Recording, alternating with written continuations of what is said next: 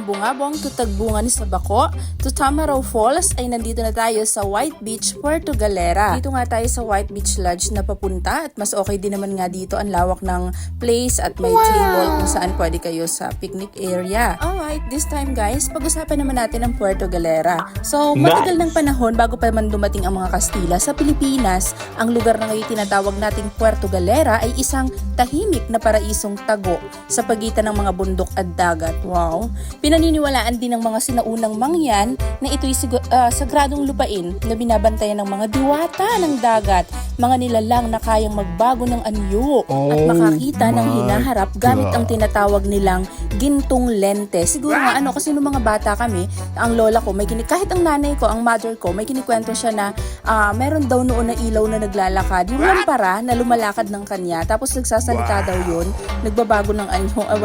Ewan ko ba kung totoo, pero siguro nga may mga alamat na ganyan eh. So ayon sa alamat, isang araw ay dumating ang mga banyagang manlalakbay na sumadsad sa baybayin ng isla matapos silang abutan ng napakalakas na bagyo, kung saan nawala na sila ng direksyon, ng pag-asa at ng kanilang mga barko. Naku!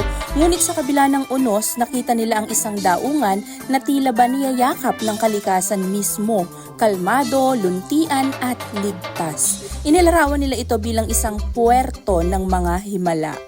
Nang makausap ng mga banyaga ang mga lokal, sinabi ng matatandang mangyan, ito ang puerto ng mga lente dahil sa lihim na itinatago ng kanyang mga tubig, ang kakayahang makita ang kinabukasan. Ang ganda pala ng kwento nito, ano? So dahil hirap bigkasin ng mga dayuhan ang lokal na salita, tinawag na lamang nila itong bilang Puerto Galera, mula sa salitang galera na nangangahulugang barko sa Espanyol at puerto na daungan. Para sa kanila, ito ang daungan ng kanilang pag-asa at bagong simula. So bakit siya kilalang kilala ngayon? Ang hiwaga ng Puerto Galera ay hindi natapos doon. Sa paglipas ng panahon, natuklasan ng mga tao na tila ba may kakaibang enerhiya ang lugar. Kapag nandito ka, parang mas malinaw ang isip, mas payapa ang damdamin, at mas malapit sa sarili ang kaluluwa. Naku po!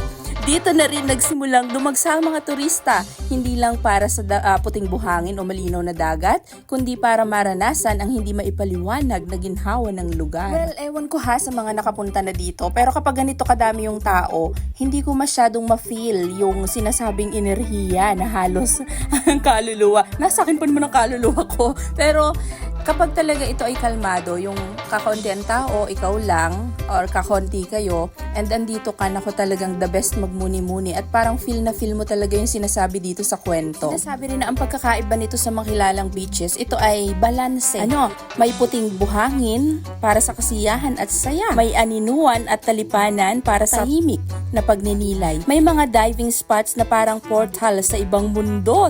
Bakit ganun yung mga kwento ng Puerto Galera? Parang kakaiba talaga. At may mga bundok at talon para sa mga gustong tuklasin ang kalikasan.